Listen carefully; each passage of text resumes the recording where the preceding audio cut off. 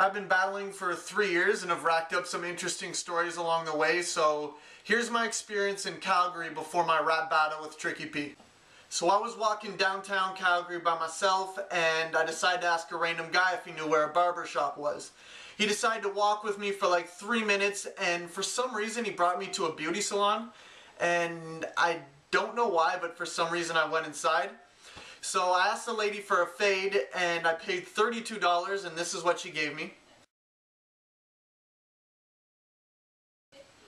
I look like a lesbian raccoon. So after leaving looking like a teenage Ellen DeGeneres, I tried to find my way back to the venue and I got lost again. So I asked another random dude for directions, and this guy actually recognized me from my Much Music battles. He introduced himself. His name was Lewis. He was white, somehow nerdier than me, and was in his late 20s. And beside him was this really creepy fat dude, dirty looking, hunchback, and definitely in his late 40s. So Lewis was telling me he had this friend who was my biggest fan, and he only lives like 5 minutes away, and it'd be really cool if I came over and said hi to him.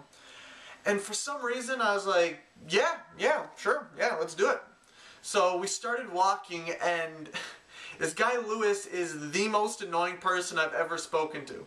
The whole time he's trying to sell me cheap Blackberries and plasma TVs, and he's like doing sale pitches like, "You haven't played Halo, so you've played it on a 72-incher. Okay. So he's trying to make me guess how cheap he could sell any brand of Blackberry for, as he was taking down my fake email address for a subscription list. And the whole time his creepy fat friend hasn't said one word.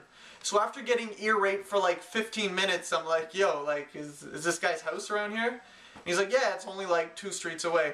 So we got there, knocked on the door, and some Indian teenager answered. And Lewis was like, "Ta-da! Look who I found!" And the kid's like looking emotionless, like, "Who is this?" And Lewis was confused, like, it's Charron, the Much Music freestyler kid you like? And the kid's still deadpan, like, "I don't know him." So this leads to like an awkward 10-second silence, and then Lewis is in deep thought, and he's like, "Oh, that was Max who said he liked Charron." So we're all quiet, and Lewis is having the time of his life laughing like, "This has got to be the biggest mix-up of all time." And I'm just looking at him like, "Really, bro? Are you serious?" And he actually had the audacity to ask me, "Oh, do you mind if we play video games in his house?" Yeah, I actually kind of do. I'm lost, I'm late for my battle, and this guy has no idea who I am. So we left my biggest fan's house. So Lewis told me he found a shortcut to the venue on his phone. All we have to do is turn right. So we hang a right, and it's this narrow path, graffitied up walls, looks extremely sketchy, and just looks like not a safe place to walk down. So for some reason Lewis is like 10 feet behind doing God knows what in his cell phone. And this fat creepy guy who still hasn't said one word is walking way too close to me. I could feel him breathing on the back of my neck, and he's growling. And at that point I'm thinking, oh my god, I'm about to get raped. My haircut made me look so feminine that it actually wouldn't be that gay for him if he did that. Like 4.5 on the pause meter. And it didn't help that all I hear was that nerd screaming in the background. "Well, that's a 64-incher. I was really hoping he was still talking about plasmas. So then I get this adrenaline rush of fear. I'm freaking out. I just don't want to get mugged or raped.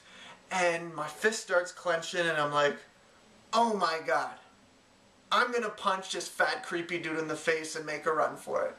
What the fuck was I thinking? Did I really think punching this 300-pound man in a secluded alley would be the best way to resolve this situation? Lewis could kick my ass. These lesbian knuckles would do absolutely nothing to that mute ogre. What if he was like a shell-shock veteran and that's why he's not speaking? I bet I'd learn a lot about that guy just from punching him. And who was going to stop me from getting killed? Was Lewis going to be on Siri asking how to help someone with a broken neck? Lewis, So eventually we turned the corner and I felt safe again, and I wanted to break the ice, so I'm like, yo, how do you guys even know each other? And Lewis was like, oh, we actually don't, we just met today. What? And Lewis was like, yeah, he asked me for money, so I gave him 20 bucks, and he's just been following me around ever since. Yo, I'm actually just going to go to the venue by myself. Thanks a lot for your time. It's much appreciated. So we parted ways, and I was walking for like 15-20 seconds. I look back, and I see them walking away, and Lewis's hands are just waving around in the air. He's most likely talking about his 74-incher. And the fat, creepy homeless man is just staring at the ground, waddling beside him. I may be jumping to conclusions, but this is my theory. Lewis spoke way too much about all the plasmas and cell phones he owns, so this homeless man befriends him to rob him and rape the parents he most likely still lives with. I may be wrong, I'm just throwing it out there. Also, I hung out with this homeless guy for over an hour, and he didn't ask for $1. That is groundbreaking for his people. That's never been heard of before. There is a new breed of hobos out there. I really wish I could end this off with some sort of life lesson. I guess if you're in need of a new BlackBerry or a 72-incher, just walk downtown Calgary. Even if you're not in need of one, you could earn $20 in the process just by following the salesman. Also, promise me you will never get a fade at a beauty salon.